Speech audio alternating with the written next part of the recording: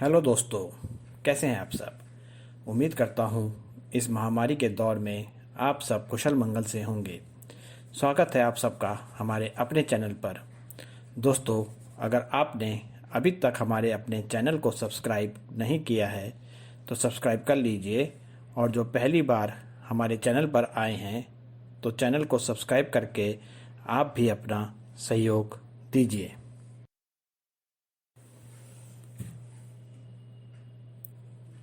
दोस्तों, मैं एक बार फिर से आपके सामने गौतम क्रॉसड्रेसर के आत्मकथा की एक भाग और लाया हूँ। इस आत्मकथा के दो भाग पहले आप पढ़ चुके हैं, जिसमें आत्मकथा के पहले भाग में गौतम ने अपने काजल बनने की कहानी बताई थी कि कैसे अपनी जवानी की दहलीज पर खड़े गौतम ने अपनी मामी की साड़ी और सलवार कमीज से अपनी क्रॉस ड्रेसिंग की शुरुआत की थी।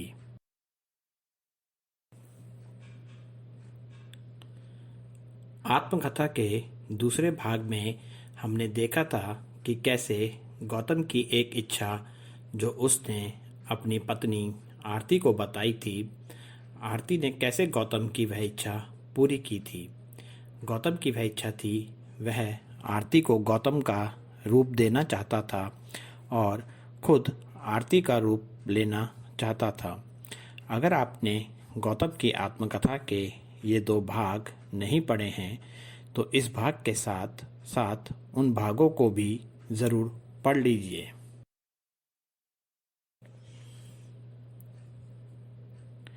जिससे आपको यह आत्मकथा आसानी से समझ में आ जाए। पहले के आत्मकथा के दोनों भागों का लिंक मैं आपको इस वीडियो के डिस्क्रिप्शन बॉक्स में दे दूंगा। आप वहां जाकर वहां से भी गौतम की आत्मकथा के पहले के दो भाग पढ़ सकते हैं।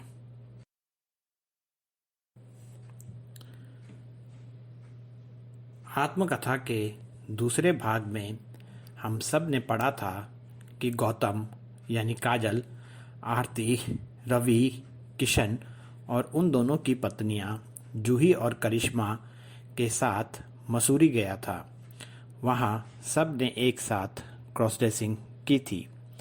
आरती, जूही और करिश्मा ने पैंट शर्ट पहनी थी। गौतम ने रवि और किशन का पूरा साज श्रृंगार करके उनको साड़ी पहनकर खुद भी साड़ी पहन ली थी। इसके साथ साथ तीनों ने अपने नाम भी आपस में बदल लिए थे।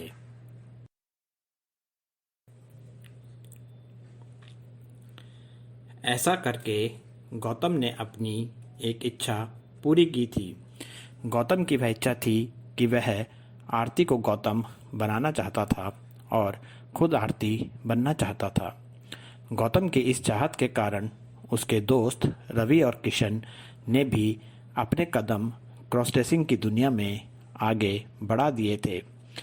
रवि और किशन मसूरी से आने के बाद से अपनी अपनी पत्नियों से छुप छुप कर क्रॉस ड्रेसिंग करने लगे थे। दोनों ने अपना यह राज एक दूसरे को बताया और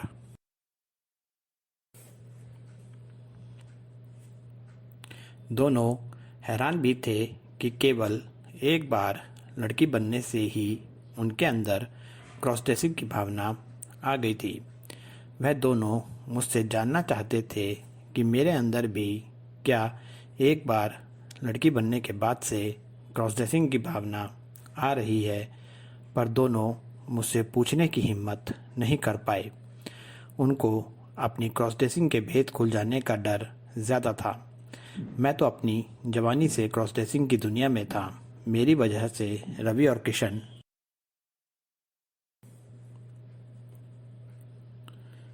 भी क्रॉस ड्रेसिंग की दुनिया में आ गए थे। रवि और किशन में क्रॉस ड्रेसिंग की भावना बढ़ती ही जा रही थी।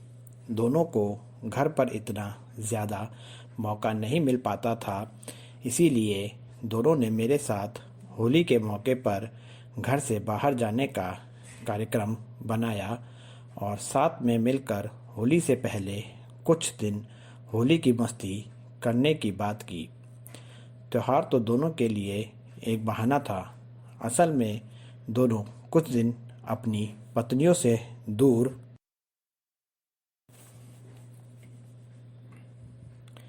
रहकर अपनी क्रॉस ड्रेसिंग की चाहत को पूरा करना चाहते थे।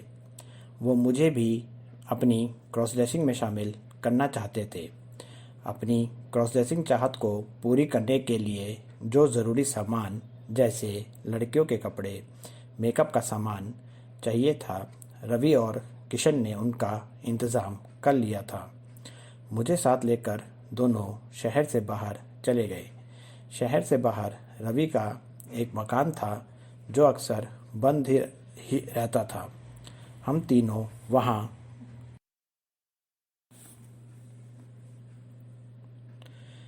चले गए। वहाँ पहुँचने के अगले दिन मैंने रवि और किशन के कपड़ों में लड़कियों के कपड़े देख लिए। मैं कपड़े देखकर समझ गया था कि क्रॉस ड्रेसिंग उनको भी पसंद आने लगी है, पर फिर भी मैंने अनजान बनते हुए रवि और किशन से उन कपड़ों के बारे में पूछा। रवि और किशन ने मुझे अपना राज बता दिया।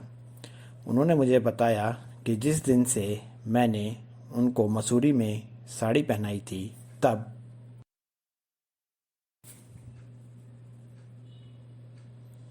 तब से उनको लड़कियों के कपड़े पसंद आने लगे हैं और वो अक्सर अपने घर में छुप छुप कर इन कपड़ों को पहनते हैं। उन दोनों ने मुझसे पूछा कि क्या मुझे भी उनकी तरह क्रॉस ड्रेसिंग करना पसंद है। मुझे समझ नहीं आया कि मैं उनकी बात का क्या जवाब दूं, पर जो भी हो रहा था मेरे लिए अच्छा ही हो रहा था। मुझे दो दोस्तों के साथ साथ मेरी दो क्रॉस ड्रेसर सहेलियाँ भी मिल गई थीं। मैंने उन्हें बताया कि कैसे मैं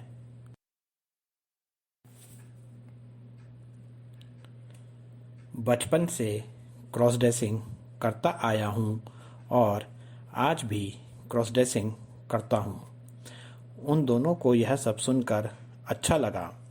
अब हम तीन दोस्तों से ज़्यादा तीन क्रॉस ड्रेसर थे जो आपस में बहुत अच्छी सहेलियाँ थीं। रवि और किशन ने मुझे फिर से उनका मेकअप करने को कहा। मैंने उनसे कहा कि मैं अपने कपड़े और मेकअप का सामान नहीं लाया हूँ। रवि और किशन ने कहा कि उनके पास सारा सामान है।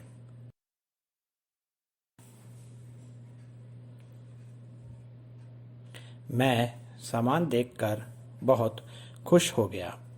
पिछली बार तो हमारे साथ हमारी पत्नियां भी थी, पर इस बार हम यहाँ अकेले थे। हमने इस बार सोचा कि अपने क्रॉस ड्रेसर रूप में हम घूमने जाएंगे। रवि ने अपना नाम रवीना और किशन ने अपना नाम कविता रख लिया था। मैंने पिछली बार की तरह रवीना और कविता को बहुत अच्छी तरह से तैयार किया और उनको तैयार करके मैं भी अपने काजल वाले रूप में आ गई।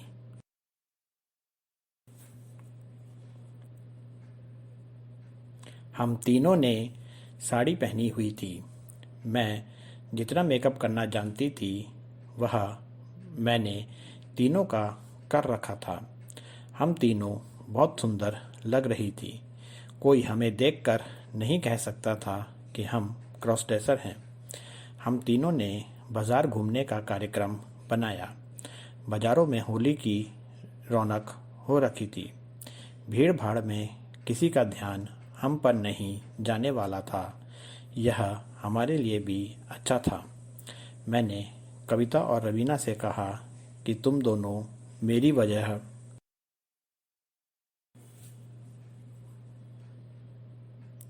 से मेरी क्रॉस ड्रेसिंग की दुनिया में आई हो, इसीलिए मैं तुम्हें अपनी तरफ से इसका कुछ उपहार देना चाहती हूँ। मैं उन दोनों को लेकर कपड़ों की दुकान पर गई। मैं इस मौके पर उनको अपनी तरफ से साड़ी दिलाना चाहती थी। साड़ी की दुकान पर एक लड़का था जिसने बहुत अच्छी तरह से हमारा स्वागत किया। वह स्वभाव से काफ़ी मिलनसार लग रहा था। थोड़ी देर में ही हम उससे बहुत घुल मिल गई थी।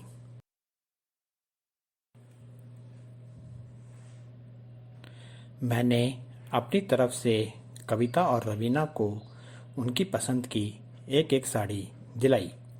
बातों बातों में उस लड़के को पता चल गया कि हम इस शहर से नहीं हैं। उस लड़के का नाम अनुज था।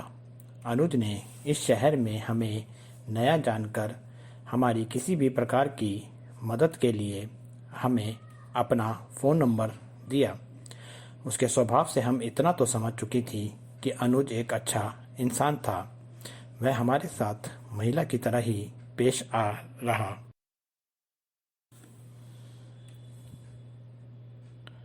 था और हम भी भूल चुकी थी कि हम क्रॉस ड्रेसर हैं। क्रॉस ड्रेसर होने के कारण हमारा मन एक महिला की तरह ही सोचता है। अनुज का स्वभाव मेरे को बहुत पसंद आया था। अनुज के लिए मेरे दिल में एक अलग सा ही एहसास जाग रहा था। घर आकर मेरे मन में अनुज का चेहरा ही घूम रहा था।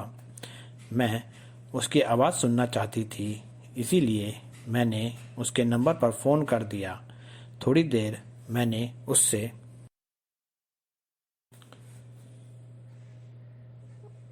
बात की और हमारी यह बातचीत का दौर वहाँ से वापस आने के बाद आज भी चल रहा है।